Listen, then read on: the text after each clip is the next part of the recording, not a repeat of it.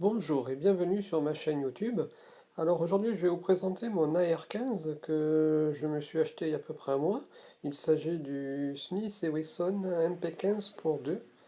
Alors pourquoi avoir choisi ce modèle? Alors tout simplement déjà parce qu'il est à 1000 euros.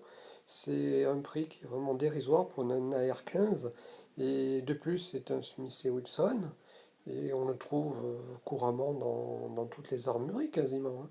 C'est un bon standard, quoi, une belle plateforme, hein. Franchement, ils ont fait un super truc, la Smith et Wesson. Et en plus, il est assez bien équipé quand même, hein. Alors, il est au pas de 1,9 et il est chambré en 5,56 NATO. Alors, voilà, c'est une raison supplémentaire, le fait que ça soit du 5,56. Et donc 5,56 pour justement pouvoir y mettre de la munition 5,56 plus de la munition 223 Remington. Alors 220, ce qu'il faut savoir, c'est que dans le commerce, on trouve beaucoup de 223 Remington avec un poids de balle de 55 grains. Donc le canon en 1,9 lui convient parfaitement.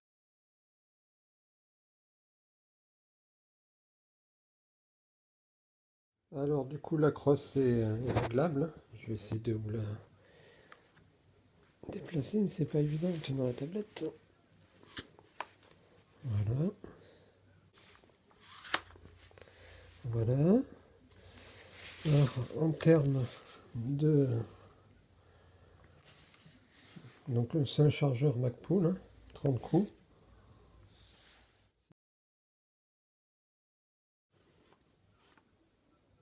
C'est du MacPool. Donc on peut régler droite et gauche avec la petite molette ici.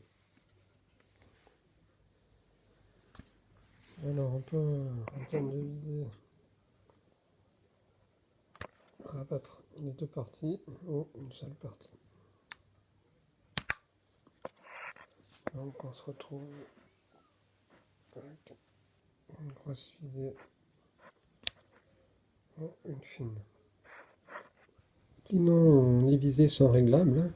Donc on peut voir ici qu'on peut faire monter ou descendre ici le petit bitonio là. Alors, je l'ai équipé de mon point rouge, de ma Bushnell TRS 25. Donc je l'ai monté sur deux supports de rails, des petits rails Truglo là, justement, qui me permet de me mettre à la bonne hauteur ici par rapport à ma visée, hein. Donc là, je suis parfaitement aligné entre là, le point et l'embout. Donc en sachant que c'est du point rouge, c'est même pas besoin, quoi.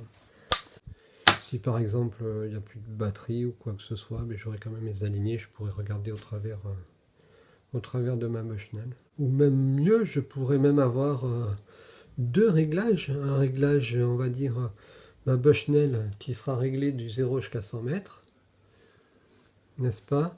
Et pourquoi pas régler cette visée sur du 200 mètres, par exemple. Ça peut être pas mal, hein. Alors, on va regarder ce que ça donne avec le point rouge, hein. Je l'ai mis sur une intensité 9. Voilà, super. Moi, je vais vous montrer avec la visée. C'est d'aligner les trois. Voilà.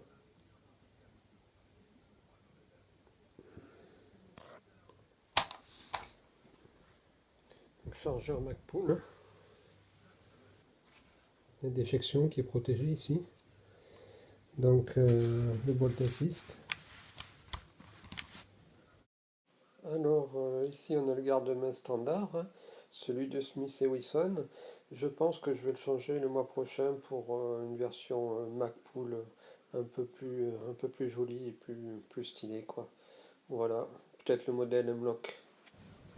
Alors il y a également un frein de bouche ici. Non, j'ai dit des bêtises, c'est pas un frein de bouche, c'est un cache-flamme. Précisément. Donc du coup, avec un canon fileté, hein. En termes de détente, Alors, il n'a pas de bossette, hein, c'est une course filante, hein, mais qui est très soignée, très propre et qui est franche. On a des attaches pour les sangles ici, hein, là, et la deuxième ici. Tac.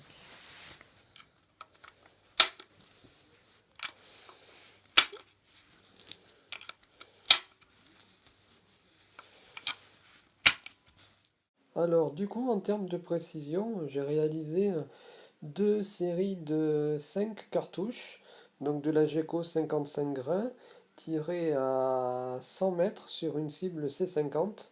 Et on peut voir, donc pour les 5 premières cartouches sont les impacts jaunes, et 5 cartouches, 5 séries de cartouches suivantes sont les impacts rouges.